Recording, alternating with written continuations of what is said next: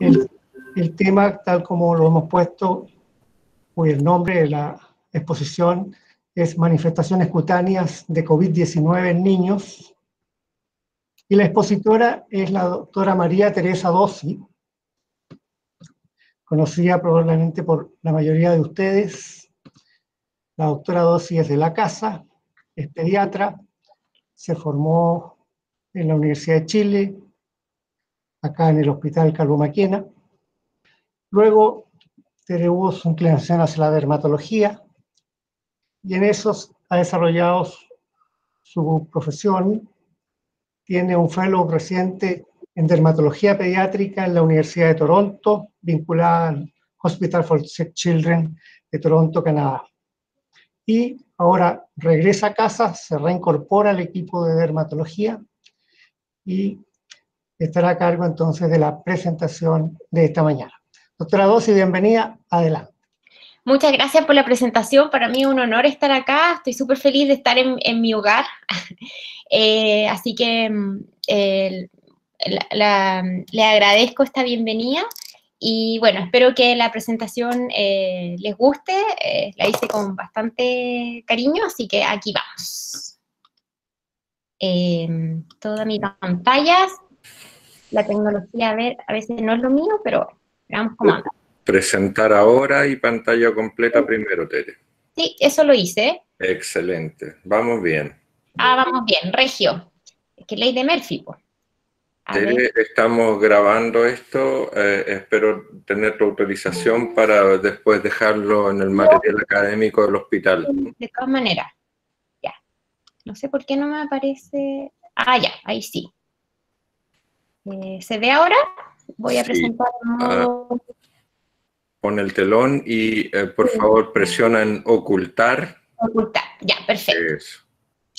Aquí estamos, se ve bien ahora. Vamos a partir entonces con las manifestaciones cutáneas en niños asociadas a COVID.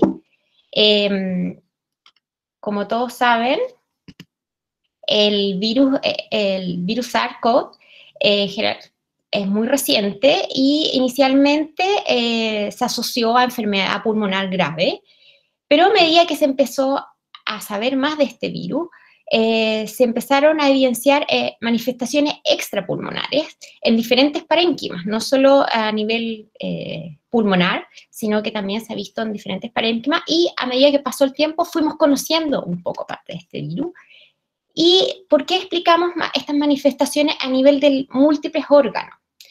Una de las hipótesis que se manejan es que este virus, en el fondo, tiene una proteína en su envoltura que es capaz de unirse al receptor de enzima convertidora, y este receptor está en muchos endotelios de muchos parénquimas, así como también se encuentra en los linfocitos, se encuentra dentro del epitelio respiratorio, y el tema por el cual produce daño es, en el fondo, porque es capaz, primero que nada, se ha visto que es capaz de producir un daño citotóxico directo en su unión, destruyendo la célula que invade. En segundo lugar, produciría una desregulación del sistema renina-angiotensina, aldosterona, y en el fondo lo que produciría es un aumento de angiotensina 2, lo que llevaría, y esto se ha asociado a aumento de la inflamación, a una vasoconstricción y aumento de la permeabilidad vascular, lo que aumentaría mucho más el daño endotelial. Este daño endotelial, como en tercera etapa, llevaría a un fenómeno de trombosis local y tromboinflamación, con aumento de la formación de trombina. Y por otro lado, se ha visto en los pacientes más graves que se produciría una desregulación inmune importante por disminución local de los linfocitos T, lo que llevaría a una producción disminuida de interferón, lo que llevaría a una respuesta inmune súper activada con el cytokine storm, que le llaman, que es en el fondo esta gran avalancha de citoquinas que se producirían como interleuquina C e interferón alfa, que llevarían a mayor inflamación y trombosis. Esos son, bueno, como les dije, los parénquimas afectados son múltiples. Se ha visto a nivel neurológico, a nivel renal, con daño renal, a nivel cardiológico, con arritmia, con disfunción miocárdica, inflamación miocárdica, entre otros órganos, y yo voy a describir ahora las manifestaciones dermatológicas que a medida que fue pasando el tiempo se fueron descubriendo y se fueron describiendo múltiples y a nivel mundial, en muchos países a la vez. Ya. Entre las manifestaciones cutáneas reportadas se descubrieron múltiples rachas, morbilliforme de distintos tipos, pápulo escamoso, tipo pitiriasis rosada, vesiculares, tipo varicela-like, eritema multiforme, lívido reticulares. Y entonces vimos que estas manifestaciones cutáneas, había un gran reporte de casos aislados en la literatura, eran súper variables, muy polimorfas, muy inespecíficas, que podían verse en otros exantemas virales. Generalmente todas se resolvían espontáneamente y a veces podían no estar asociadas a la severidad de la condición. Y la incidencia o la frecuencia de manifestaciones cutáneas es súper variable según los estudios. Por ejemplo, lo que llama la atención acá en China, por ejemplo, un estudio de 1000 pacientes, encontraron solo 2 pacientes con manifestaciones cutáneas. Los europeos, sin embargo, los italianos llegaron a reportar hasta un 20% de manifestaciones cutáneas en pacientes que estaban infectados con COVID. Y bueno, en promedio vemos que las manifestaciones cutáneas en un 1,7%. En general, estos casos están más orientados a adultos. Y en un intento de ordenar esto, digamos, y de clasificar todos estos reportes que están aislados, se han hecho varios estudios, y uno de los más importantes fue un consenso español donde reunió 375 casos. Y ellos definieron y pudieron describir las manifestaciones en máculo papular en un 47%, las lesiones pseudoperniosis o como tipo Sabañones en un 19%, lesiones urticariales en un 19%, erupciones tipo vesículas, tipo varicela-like en un 9%, y las lesiones livedoides o necróticas en un 6%. En general, ellos vieron, por ejemplo, que las lesiones pernióticas eran de inicio más tardío y afectaban pacientes más jóvenes y se asociaban a síntomas menos severos de la enfermedad. Las lesiones pseudovesiculares generalmente se asociaban en pacientes de mediana edad, generalmente tronco, y ellos vieron que generalmente en el inicio de la enfermedad. Las lesiones urticariales y maculopapular en general ellos en el transcurso de la enfermedad la vieron, pero el tema que vieron más ellos es que era súper difícil diferenciar en estos pacientes, tanto en las urticariales como en las maculopapulares, si eran realmente eso o estaban asociadas a erupción, secundario al uso de múltiples medicamentos que estos pacientes utilizaban. Y las lesiones livedoides o necróticas, que en el fondo se ha visto que son las menos frecuentes, pero se asocia a pacientes más ancianos y que tienen una mayor, se asocian, es súper variable, en algunos son transitorias y en algunos asociados a un curso más grave de la enfermedad con muerte. De algunos pacientes, hasta en un 10% de los pacientes que tienen esto se asocia. Bueno, yo ya les expliqué, ¿vale? Entonces, en las lesiones maculopapulares tenemos distintos tipos, tipo pitiriasis rosa, tipo purpura-like, eritema multiforme, las lesiones pernióticas, urticariales, vesiculares y lividonecrosis. Este es otro estudio que también agrupó múltiples pacientes, de 716 pacientes de 30, es un estudio más bien hecho en Estados Unidos, y básicamente ellos vieron que la piel era súper importante porque así como la anosmia puede ser un marcador que se ha visto en adultos, que puede ser un marcador de enfermedad por COVID, se ha visto también que en un 12% de las manifestaciones cutáneas pueden ocurrir antes de cualquier otro signo COVID. Entonces es importante reconocerlas para poder esos pacientes testearlos y aislarlos si es que resultan positivos. Y ellos vieron en la clasificación básicamente lo mismo, la frecuencia de manifestaciones cutáneas era muy parecida al estudio europeo. Las lesiones pernióticas light fueron las más frecuentes reportadas clínicamente, pero los casos en que los pacientes tenían confirmación de laboratorio por COVID, las lesiones maculopapulares eran mucho más frecuentes.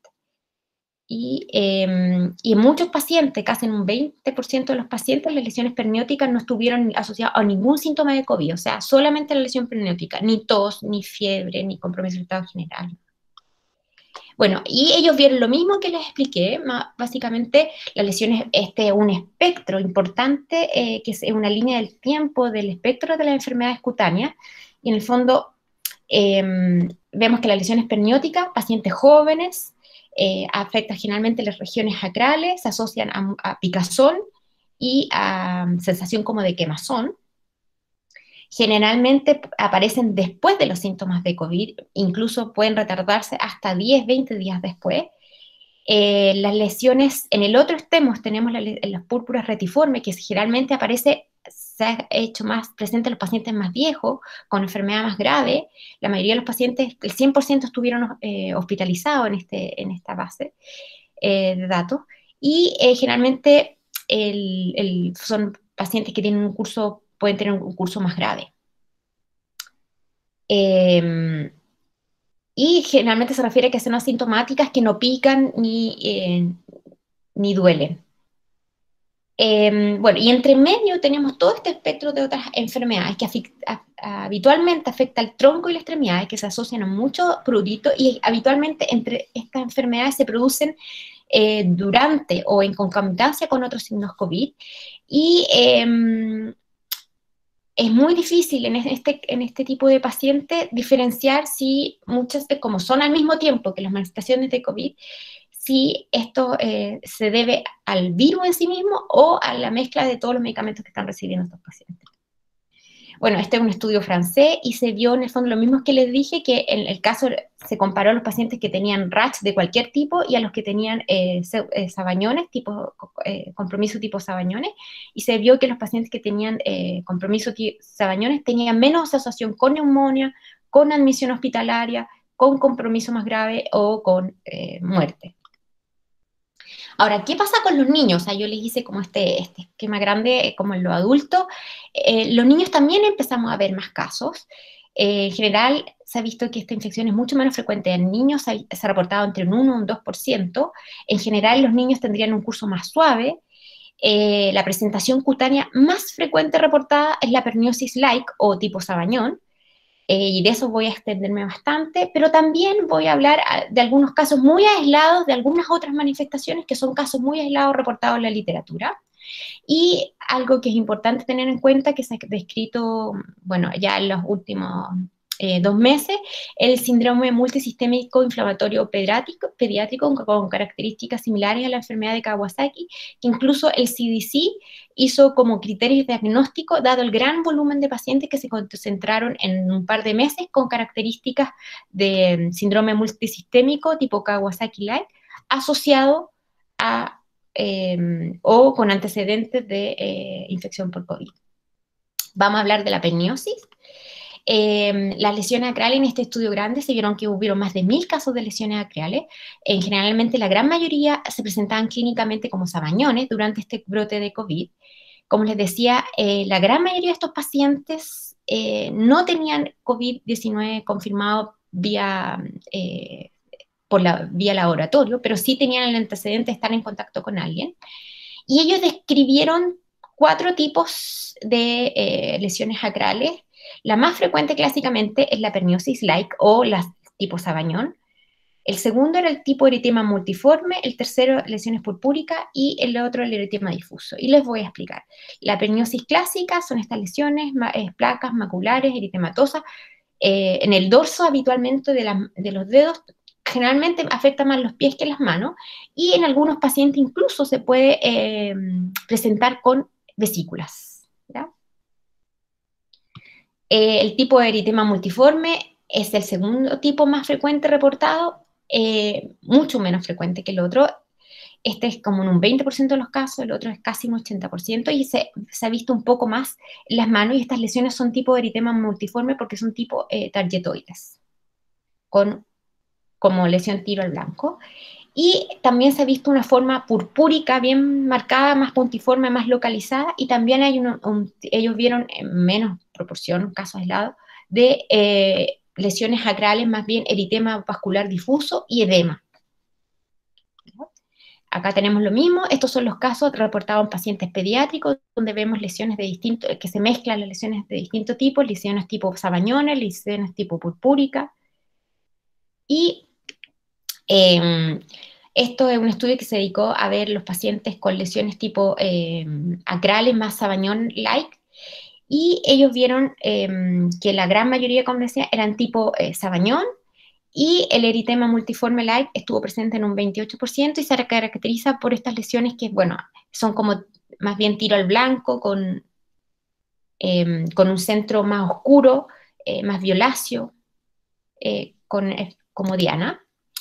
Y a esto es para recalcarle en el fondo que la mayor cantidad de presentación era tipo era tipo Sabañón o eritema multiforme, y la gran mayoría de los pacientes tenían, si ustedes se fijan, muy pocos síntomas reportaban de tipo de COVID, como tos, fiebre o rinorrea. Muy pocos los pacientes reportaban, la gran mayoría son asintomáticos. Entonces, y lo que podemos ver que, por ejemplo, en este estudio se vio que es un estudio que se hizo en Francia, que solamente el 18% de los pacientes tenían una confirmación por vía PCR positiva. Generalmente estos síntomas de tipo Sabañón aparecen tardíamente, puede haber una latencia hasta 10,5 días, la resolución es espontánea en 1 a 4 semanas. Durante ese periodo los pacientes se quejan de mucha picazón y que les arde, y el manejo ahí en esos casos es solo sintomático, y que lo que se puede hacer, y les cuento el caso en Toronto. Yo antes de venirme, yo por lo menos, o sea, en el centro en que yo estaba, llegó a reportar hasta 100 casos de niños, y la historia es básicamente la misma. O sea, son pacientes jóvenes, adolescentes la gran mayoría, que en el fondo la gran mayoría tiene antecedentes o familiares con COVID o estuvieron en contacto, gran mayoría asintomáticos desde el punto de vista respiratorio, PCR en muy pocos de los casos confirmada, y la resolución es espontánea, pero es súper variable. Algunos pacientes se demoraban generalmente casi 2 semanas, pero algunos llega hasta un mes. Y el manejo totalmente sintomático y mejora sin cicatrices, sin nada. No está publicado ese estudio, pero eso es como de la experiencia que yo vivía allá, y que se condice mucho, y le quisiera compartirle, digamos, que se condice mucho con lo que está reportado en la literatura. Ahora, la gran pregunta que ustedes que todo el mundo se hace, si ustedes ven, la gran mayoría de estos pacientes no tienen PCR positivo. Entonces, ¿están o no los sabañones relacionados con el COVID? ¿Es sí ¿cómo uno puede explicar los numerosos casos reportados? ¿Cómo podemos explicar que, por ejemplo, en el caso de Toronto, en el hospital que estaba yo, en los 3 últimos meses vimos más de 100, o sea, vimos alrededor de 100 pacientes con esto, mucho más que en tiempo normal? Y ahí, digamos, hay distintas teorías, ¿eh? Hay algunos autores que dicen, en verdad, sí, esto se asocia a COVID, otros no. Y acá estos autores españoles me pareció interesante. Ellos plantean que la periosis es una respuesta anómala al frío, y que en el caso de los niños hay mucho más mucho más sedentarios, con el confinamiento están mucho más sedentarios en la casa, con menos actividad física, y esto disminuiría la circulación sanguínea, y más el frío, digamos, llevaría a la periosis. Y como en el fondo hay una gran diseminación de COVID, en los casos de COVID confirmados sería algo totalmente fortuito. Entonces, ese es lo que piensan algunos, y en el fondo, en el caso de los canadienses, muchos de ellos opinaban, sin pruebas, que muchos de los niños canadienses no usan, la gente no usa zapatos en sus casas. En Canadá hace mucho frío, y los niños andan muchos de ellos descalzos o con calcetines delgados en su casa. Entonces, así explican niños más sedentarios, con un clima frío como Canadá, y que no con calcetines todo el día, les explicaría la mayor incidencia de periosis en estos niños. Esa es una de las posturas, pero también hay otros autores que dicen no. Como esta revista salió otro grupo de autores que replicó, o sea, como que rebatió un poco la postura del otro grupo anterior, y ellos dicen sí, nosotros sí creemos que está asociada a COVID, porque existe una clara asociación entre la pandemia y los numerosos casos descritos. Incluso muchos casos son han aparecido en primavera. En Europa, por ejemplo, no hace el frío que hace en Toronto, y aparecieron la gran mayoría de los casos en primavera. La gran mayoría de estos pacientes no tenía historia previa de sabañones, ni tampoco de enfermedad autoinmune como lupus, asociado a lupus, por ejemplo. Y lo otro que hay otra cosa que llama la atención, que se han notificado casos familiares, como una misma familia, 3 personas con perniosis, el papá, la mamá, los hijos, todo. Y ellos dicen que probablemente el hecho de que haya una PCR negativa no significa que la enfermedad no haya existido, o sea, que la infección no haya existido, sino que más bien las lesiones cutáneas son manifestaciones tardías, y por eso probablemente la PCR no manifiesta la infección. Y ellos dicen que existen muchas situaciones de sedentarismo prolongado, como pacientes con fracturas, con largas convalecencias en domicilio, en los cuales no se han descrito estas manifestaciones. Bueno, y dentro de toda esta polémica, en la literatura ha salido mucha evidencia en favor y en contra de estas teorías, y han salido muchas teorías porque ha sido un número importante de casos que se ha dado a nivel de todo, sobre todo en Europa y Estados Unidos, Canadá, de casos de perniosis. Y este grupo español del doctor Torrello, por ejemplo, ellos lo que hicieron, tomaron a 7 pacientes y estudiaron si había presencia del virus en las muestras de piel de estos pacientes a nivel de las lesiones pernióticas, y claramente encontraron por inmunohistoquímica, si ustedes ven acá, tinción positiva para la proteína S del SARS-CoV-2, que son estas que se ven acá, estas como más eosinofílicas o más rojitas, se podría decir, y que esto sería concordante, igual parecido a lo que hay acá, con presencia de partículas positivas por inmunohistoquímica. Y curiosamente, ellos también demostraron en estos casos que si ustedes se fijan acá en esta flecha, encontraron este sería un SARS-CoV, el virus, con sus espículas y sus proteínas S, que esto se vería a través de la microscopía electrónica. Entonces, ellos postulan que esta demostración del virus en el endotelio, porque esto está a nivel de células endoteliales de la dermis, que los sabañores serían producidos por un daño vascular directo por el virus, y que en el fondo sí el virus estaría relacionado directamente con las lesiones. Otra teoría que también se explica, y que también podría explicar la presencia de sabañones, es que hay es la teoría de los interferones, que bastantes autores la apoyan. Es que la interferonopatía son afecciones genéticas con una producción de interferones aumentada, y estos pacientes que tienen una producción de interferones aumentada se presentan con lesiones tipo perniosis y con lesiones tipo vasculitis. El interferón, recordemos, es crítico para la inmunidad antiviral. Generalmente se eleva frente a infecciones virales, o también los casos de enfermedades autoinmunes también se eleva, y es importante que se eleve porque en el fondo el interferón lo que hace es controlar la replicación viral, y la controla. Entonces ellos piensan, y también el interferón sería capaz de suprimir la producción de anticuerpos. Entonces ellos explican en el fondo que los pacientes con perniosis, en el fondo tendrían una respuesta a interferón mucho más fuerte y vigorosa, lo que llevaría a controlar la infección, por lo tanto harían una infección viral mucho más controlada, mucho más suave, pero por otro lado pagarían un precio por esa contención de esa infección viral, que sería la presencia de sabañones. Acá. Y frente a estas presencias, yo les expliqué que las interferonopatías se asociaban a muchas vasculitis, y algunas se asocian a vasculitis retinal. Y este es un caso de un paciente que se presentó en Madrid, en el hospital, con lesiones tipo perniosis, a nivel o tipo sabañones en los pies.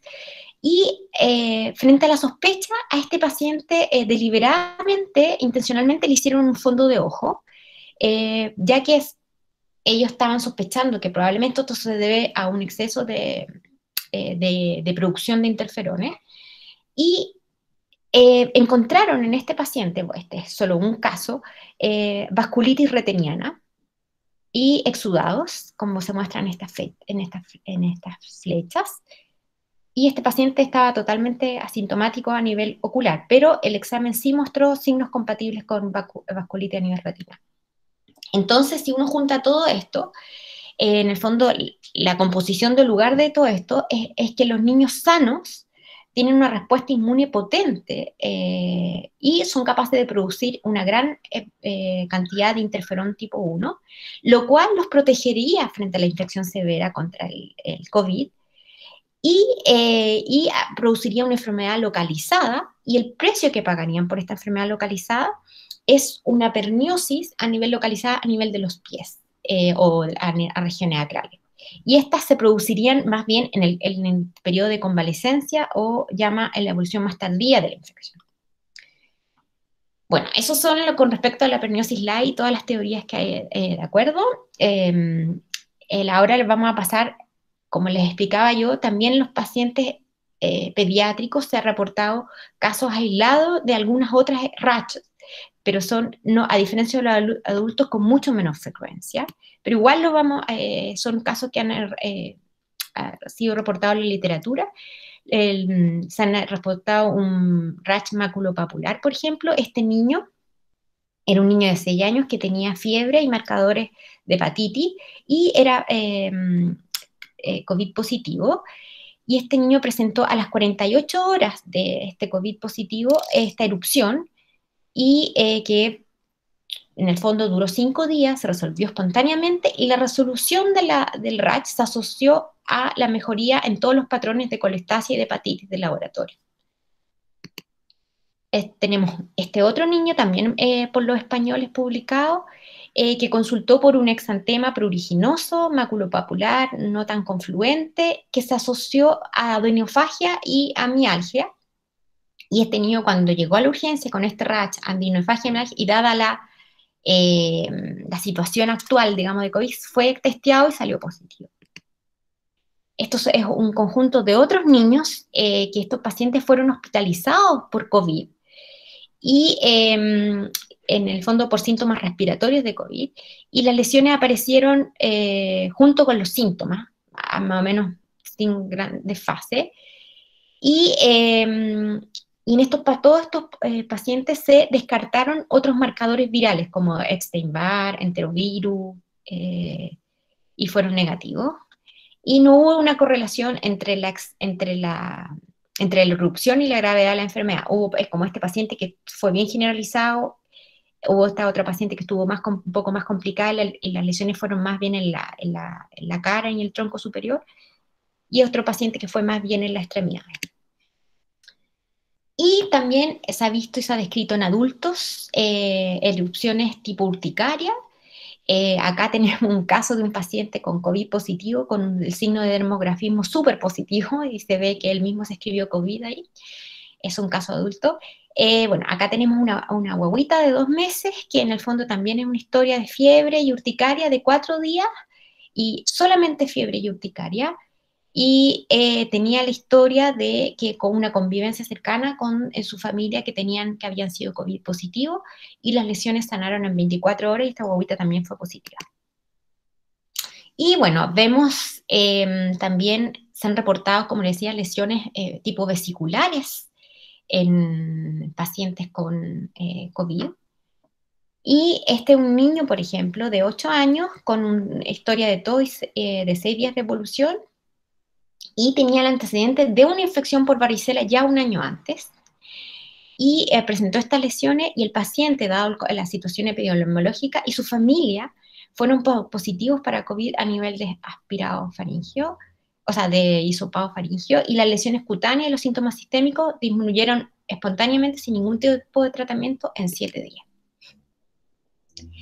Bueno, este es otro tipo de lesiones, tipo eritema multiforme like, Y en estos pacientes, un grupo español evidenció estas lesiones que en muchos casos estaban asociados a lesiones tipo sabañones. Y estas lesiones, si se fijan ustedes, son como bien en diana o lesiones anulares. Y estas lesiones aparecieron 1 a 3 semanas después de... o sea, eso es lo que se demoró. Acá es otro paciente que en el fondo también tiene estas lesiones tipo eritema multiforme like, y estos pacientes este grupo lo que vio es que había a nivel del endotelio y de los capilares de la dermis y de las glándulas ecrinas, se vio que habían tipo proteínas, ellos demostraron en esta tinción que fue positiva para proteínas, la proteína S del virus, entonces también asociaron a este eritema multiforme claramente a infección viral. Este es otro paciente, lo mismo, este paciente era un paciente adolescente que había tomado solo vitamina C y no tenía antecedentes de infección herpética reciente, ni tampoco infección por micoplasma fue descartada, y ellos asumieron que probablemente también era por el virus. Ahora, algunos dicen, el grupo español logró demostrar que habían partículas por inmunohistoquímicas, que la tinción era positiva y se asocia al virus, pero también hay otros autores que dicen que así como el eritema multiforme en niños se asocia habitualmente a virus herpes y a micoplasma como una reacción secundaria, o sea, perdón, y a micoplasma, la bacteria, como una reacción secundaria, esto también pudiera ser una reacción secundaria a la presencia del coronavirus, no necesariamente a la acción directa del virus. Pero este grupo español demostró en el fondo que las partículas del virus a nivel de los endotelios de la dermis. Bueno, incluso hay un caso reportado también, que ellos lo reportan como eritema multiforme, pero a mí me parece más bien que ya esto es como un tipo mucositis, Steven Johnson-like. Un paciente de 6 años con queilitis erosiva, con conjuntivitis y con un rash targetoide acral con función pulmonar normal, pero con una PCR positiva. Este paciente no tenía historia de uso de medicamentos previos. El padre tenía historia de anosmia 2 semanas antes, y este paciente fue virus herpes simple negativo de las lesiones orales, y serología IgM para micoplasma fue negativa. Que en el fondo sabemos que en niños Steven Johnson o el eritema multiforme se asocia a infecciones. Y otro de los exantemas también reportados en niños y en adultos son las lesiones purpúricas. Esta niña, en el fondo, fue una niña que no reportaba ningún uso de medicamentos, de ningún tipo de medicamento, totalmente asintomática, que presentó estas lesiones, que tenía un cultivo bacteriano faríngeo negativo, pero que el hisopado orofaríngeo le salió positivo para COVID. Y estas son también otro tipo de lesiones que en los adultos, como les decía más, se han descrito lesiones livedoides, más bien en las extremidades inferiores y a nivel de los glúteos, y se ha visto más en pacientes hospitalizados, y esta es una paciente del Calvo, también hospitalizada por COVID, y que dermatología fue consultada por estas lesiones en el tronco, que son lesiones livedoides también. Entonces, esas son las manifestaciones. Entonces tenemos que los niños presentan más frecuentemente la permiosis light, con menos frecuente estas otras manifestaciones maculopapulares, vesiculares o livedoides. Y recientemente se ha visto casos de pacientes que presentaron con fiebre y antecedentes de infección por COVID o haber estado en contacto con gente infectada, con una erupción cutánea variable. Estos pacientes empezaron a presentar conjuntivitis, dolor abdominal, miocarditis, muchos de ellos con shock miocárdico o compromiso miocárdico importante. Esto se vio un gran número de pacientes. Los italianos reportaron más de 30 veces incremento durante los meses de abril y mayo. En Estados Unidos se reportaron más de 100 casos en un plazo de más de 2 meses, o sea, de manifestaciones tipo Kawasaki-like en pacientes con antecedentes o con contacto con SARS-CoV, y en el fondo esto llevó a que se definiera un nuevo síndrome, y está definido por el CDC, que lo definió como el Multisystem Inflammatory Syndrome in Children, asociados con coronavirus, como el síndrome multiinflamatorio sistémico asociados con coronavirus, y ellos establecieron frente a toda esta evidencia, digamos, criterios diagnósticos, o definición de caso más bien, y en el fondo lo definieron como un niño menor de 21 años, con fiebre, con un laboratorio con evidencia importante de inflamación, con una enfermedad grave que requiere hospitalización y con compromiso de 2 o más órganos, en los cuales se haya descartado otros diagnósticos, otras causas, y en los cuales el paciente tenga sea positivo para SARS-CoV o tenga una exposición o tenga historia de exposición a COVID dentro de las últimas 4 semanas. Y bueno, como les decía, estos pacientes en el fondo presentan dentro de esta enfermedad multisistémica. La piel sí juega un rol, pero no es específica. Las erupciones son súper polimórficas, y dentro de las erupciones asociadas, dentro de esta variabilidad de erupciones asociada a este síndrome de inflamación multisistémica, se ha visto las erupciones tipo eritema multiforme, como en este paciente, que era un paciente de 13 años, con 3 días de fiebre, con conjuntivitis no purulenta y con disfunción miocárdica y con COVID positivo por serología y marcadores elevados de inflamación. O sea, este paciente cumple todos los criterios y estaría dentro de este síndrome. Vemos, como les explicaba, acá tenemos otra niña que también que cumple los criterios para el síndrome de inflamación multisistémica asociada a COVID, y que vemos que presenta otro rash que no es igual al anterior, que está asociado, es más bien generalizado, es maculopapular, no confluente. Esta paciente también tiene conjuntivitis. Y acá tenemos otro grupo de pacientes. Ellos describen varios pacientes, y en estos casos estos pacientes debutaron con otras manifestaciones, también en el contexto de esta inflamación multisistémica, y son pacientes, por ejemplo, con fiebre y erupción cutánea, y se fijan que tienen marcadores inflamatorios elevados, que tienen trombocitopenia, que tienen miocarditis, falla renal, y que tienen una exposición familiar al virus, pero vemos que la manifestación cutánea es súper diferente en los dos, y es diferente en los dos casos. En este caso tenemos conjuntivitis, tenemos eritema y descamación perioral y periocular, lengua un poco más frambuesada, escamación perioral y enantema en las palmas. Y en el fondo, acá hay un gran caso, bueno, del New England, que describe a todos estos pacientes. En el fondo, lo mismo que ya les he estado diciendo. Ellos reclutan 186 pacientes de varios centros de Estados Unidos, y en el fondo vieron que el 70% de los pacientes tenían laboratorio o antecedentes de la infección. La mayoría eran pacientes sanos, y que en el fondo afectaría a adolescentes y mayores de 5 años. Y el compromiso cardiovascular es mucho más frecuente que los Kawasaki verdaderos. Más de un tercio de los pacientes tenía características clínicas similares a la enfermedad de Kawasaki. Otro grupo de pacientes tenía más características más de shock tóxico. Y a diferencia del Kawasaki, estos niños presentan inicialmente trombocitopenia y más compromiso cardiovascular. En cambio, los niños con Kawasaki solo un 5% presenta shock cardiovascular.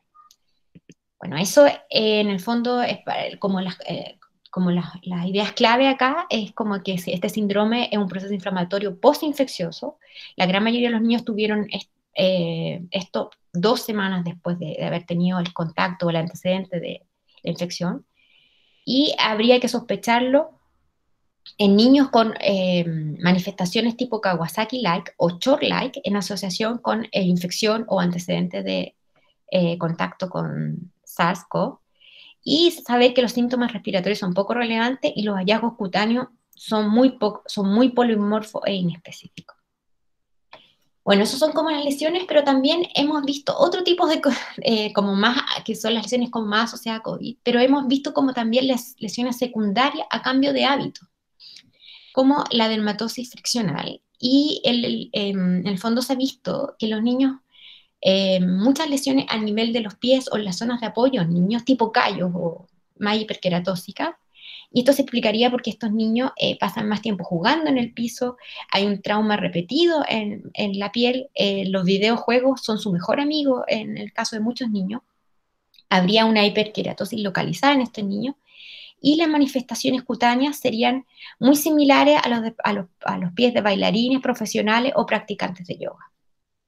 Y bueno, eso. Tere, Sí, Tere, listo. se perdió tu presentación, ¿la puedes poner de nuevo, por favor? Estamos viendo, solamente estamos viendo a ti. ¿En serio? Ahora. Sí, hace poquito, por favor, presenta de nuevo. Eso. Es que sí está, pero hay que buscarla dentro de todos los iconos que hay, porque otra persona se puso a compartir pantalla también y ahí se perdió. Pero sí está. Ya, a ver, déjame ver cómo lo hago de nuevo, que no sé, me pierdo la... Ponte en presentar ahora, Tere. Presentar ahora, espérate. ¿Salgo o no? ¿Dónde me...? Presentar ahora en la barra blanca de abajo, igual como lo hiciste al principio. Entonces tengo que poner finalizar la presentación. Es que está presentada, José Luis, y lo que pasa es que desapareció de la pantalla principal. Va a ser más fácil. Ahora voy a poner, ya, espérate. Pon... En todo caso, pero igual. Eso, presentar pantalla completa de nuevo.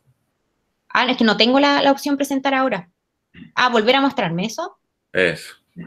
Reanudar presentación, ya, ¿eh? Eso, bien. Ya. Ahora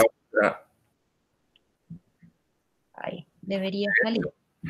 ¿Sí? Por favor, el telón para presentación completa. Uy, ¿ahí sí se ve? Ahí estamos. Entonces, en el fondo lo que les decía, los niños pasan más tiempo jugando en el piso, hay un trauma mecánico repetido de la piel y que lleva a una hiperkeratosis localizada, y en el fondo estas lesiones que presentan este niño es muy parecida a lo que presentan los bailarines profesionales o los practicantes de yoga, y es porque muchos niños se han los videojuegos su mejor amigo ahora y pasan grandes cantidad de horas en eso, y las lesiones que se pueden ver son estas. Y si se fija, y que son muy en relación a sitios de apoyo, a prominencias óseas, y que esto más bien no estaría relacionado con el virus, sino más bien una respuesta de la piel a estos tiempos inmovilizados y estas zonas de apoyo en contacto con el piso por tiempo prolongado. Bueno, eso es, espero haberlo no dejado tan confundido. Mi idea era mostrarles lo que sabemos y lo que tenemos en niños a nivel de las manifestaciones cutáneas, y bueno, abierta a contestar cualquier pregunta o dudas si tienen.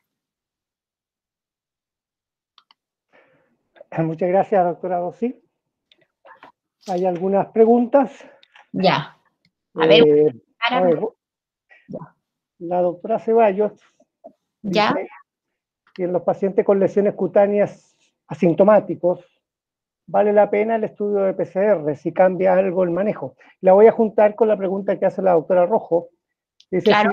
si se debería tomar PCR a todos los niños que tienen perniosis.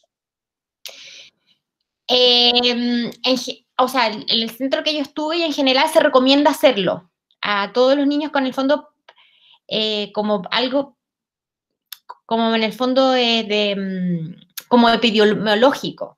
Ahora, sabemos que la gran mayoría va a salir negativo, ¿sabes? Que un 18%, un 15% va a salir, se sabe que es positivo. Pero en el fondo, si lo que se plantea, que es una reacción tardía, entonces probablemente la PCR va a salir negativa. Pero es importante como un tema epidemiológico, porque se sabe muy poco en el fondo, y es importante tener el antecedente, porque ese paciente muchos pacientes dicen que ese paciente habría que seguirlo y aislarlo. Ahora, como es una reacción tardía, muchos, plantean que sería mejor la serología en estos casos, y más que la PCR, porque la PCR, como una reacción tardía, la PCR a lo mejor va a salir negativa porque ya el virus no estaría, sino que lo que podríamos encontrar es una serología positiva. Esa es una teoría, pero en los estudios se ha visto que la serología tampoco es más positiva que la PCR. Entonces, en realidad se recomienda que sí, que hay que hacer el estudio, porque hay que recabar información y en muchos casos también se recomienda el aislamiento como preventivo por un tema epidemiológico. Bien, la doctora King tenía, no le quedó claro, pregunta si en la experiencia vista por usted en Toronto, los pacientes tenían serología y cómo estaba. Sí, a los pacientes en Toronto lo que estaban haciendo era pedirles serología, pero los resultados no los teníamos porque lo que estaban haciendo es agrupar a todos los pacientes y hacerle a todos juntos serología. Entonces, todavía esos resultados no estaban disponibles. Pero la gran mayoría sí, la PCR sí, y esas estaban la gran mayoría negativos, creo, un par de positivos. No tengo los datos porque el estudio, digamos, no, los estaba haciendo en el momento que yo me vine, pero sí, y lo que estaban haciendo era juntar toda la sangre de los pacientes y les decían, no, vamos a hacerle la serología en 2 semanas más para lograr detectar anticuerpos. Entonces estaban en una base como en el laboratorio, estaban agrupando la sangre de todos los pacientes para hacerle serología, pero no sé los resultados tampoco que habrá salido. Pero los resultados de los estudios franceses y todo muestran que la virusología incluso, la detección de anticuerpos es más baja que la PCR. Ahora, hay toda una controversia dependiendo del kit que se use, en el momento que se realice la toma, entonces no hay consenso en cuándo se tiene que tomar, porque se supone que la serología debería hacer positivizarse al 7º día, pasado los 7 o los 10 días, entonces es importante, no hay consenso en cuánto tomar el tratamiento. Exacto. La doctora Vallejos pregunta si en los pacientes con perniosis debería buscarse dirigidamente el compromiso ocular. Es una súper buena pregunta. Estos españoles, el único caso que vi, estos autores, digamos, estaban como bien dirigidos. Ellos pensaban que esto era asociado a una interferonopatía, entonces a este paciente que llegó, se le hizo, en el fondo, pero era algo como bien dirigido. Ellos sabían que esto es, oye, estudiemos esto, salió y lo publicaron. Ahora, este paciente era sintomático en todo caso, no tenía alteración de visión, no tenía alteración de la agudeza visual, no tenía dolor ocular, y después la perniosis se recuperó y él se recuperó también. Y los controles en oftalmología seguía sintomático. A mí me parece que por ahora, por el gran número de casos que hay y todo, y como el tema de la interferonopatía no está tan claro, yo creo que por ahora no es necesario hacerle fondo de ojo a los pacientes. La misma doctora Vallejo pregunta si estos pacientes con perniosis hay algún tratamiento indicado. Mira, ya, súper. Lo que se recomienda es que usen calcetines, que no anden a pata pelada. En el fondo, muchos de estos niños andan a pata pelada en la casa. Lo que vimos nosotros es que, claro, la gente no usa zapatos en su casa, por lo menos en Toronto, y se les recomendaba que usaban calcetines y les pica mucho. Entonces lo que se usa es un tratamiento sintomático, antihistamínico y corticoides locales en crema, que puede ser una hidrocortisona que se coloquen por unos 7 a 10 días. Pero el tratamiento sintomático, porque esto se les va a ir igual, es nada más, se les va generalmente, como les decía, es súper variable, la gran mayoría se demora 7 a 10 días, pero hay otros que hasta un mes se ha logrado demorar, y esto se va a ir igual, solo haga lo que haga. La doctora Noemí pregunta cuál sería la explicación de la existencia de IgG e IgM COVID-19 negativa en pacientes con reacciones cutáneas netamente explicables por reacciones tipo inmune o tal vez autoinmune. Hoy no tengo respuesta para eso en verdad. Pues, a ver, va a depender de cuándo se tome el examen, del kit que se use. Por ejemplo, yo les comento porque en Canadá fue muy difícil implementar la serología porque los kits que venían, por ejemplo, los kits que venían de otras partes, que se usaban, de laboratorio que se usaban en otros lados, ellos no lo encontraban fidedigno. Entonces, se demoraron mucho tiempo en implementar un kit que realmente fuera como interpretara los resultados. Y yo creo que en eso ellos decían que hay mucha variabilidad en los temas de cómo se realiza la medición, qué kits se usan. Entonces, porque todo esto es nuevo y se ha ido haciendo sobre la marcha, entonces como que en el fondo va de los laboratorios, no hay como un estándar de decir este es el que sirve, este es mejor.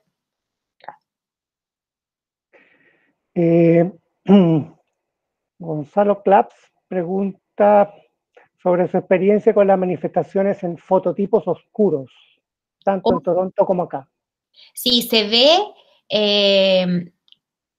a ver, los fototipos oscuros en general se ven, las perniosis se ven súper purpúricas en el fondo, se ven bien purpúricas, pero no se asocia a más vesícula. Clínicamente lo que más se ve son las perniosis, y las perniosis se ven mucho más, son como mucho más llamativas, porque se ven bien oscuras, algunas se ven como más ampollosas, con erosiones, pero básicamente la evolución es la misma. O sea, se resuelven solas, pican igual, no se infectan más. Y el tratamiento, como les decía, es asintomático, porque el paciente se vuelve loco rascándose. Una pregunta para las dermatólogas que están también presentes, a propósito de que la doctora King comenta en el chat que ella ha notado aumento de las consultas por lesiones cutáneas, perniosis y otro tipo. ¿Cuál es la experiencia nuestra? ¿Cuál es la experiencia local, un poquito más allá del calvo Maquena? Acá estoy yo, la doctora Paula Muñoz. Hola.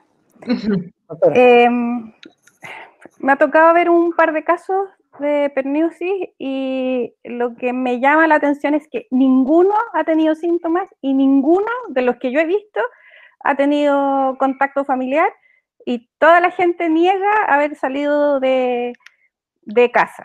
Entonces, si fue por SARS-CoV-2, queda como la incógnita. No he visto muchos casos, pero los que he visto, ninguno ha tenido ni siquiera el antecedente de contacto con alguien enfermo. Gracias, doctora. Sí, básicamente lo mismo que se repite en Toronto, es lo mismo, es la misma historia calcada, cada paciente es otro. Yo decía, es como que uno piensa, se pusieron de acuerdo para contar la misma historia, porque en verdad es la misma historia en todos los pacientes. Es súper curioso. Sí. Bien, ok. No sé si me salté alguna pregunta. Es el momento de hacerla.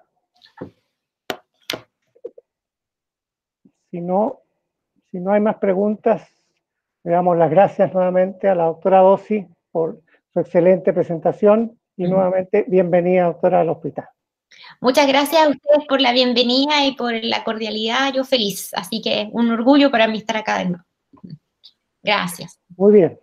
Gracias a todos. Muy buenos días. Adiós. Ya. Ay, como me tengo que salir, para ahí no.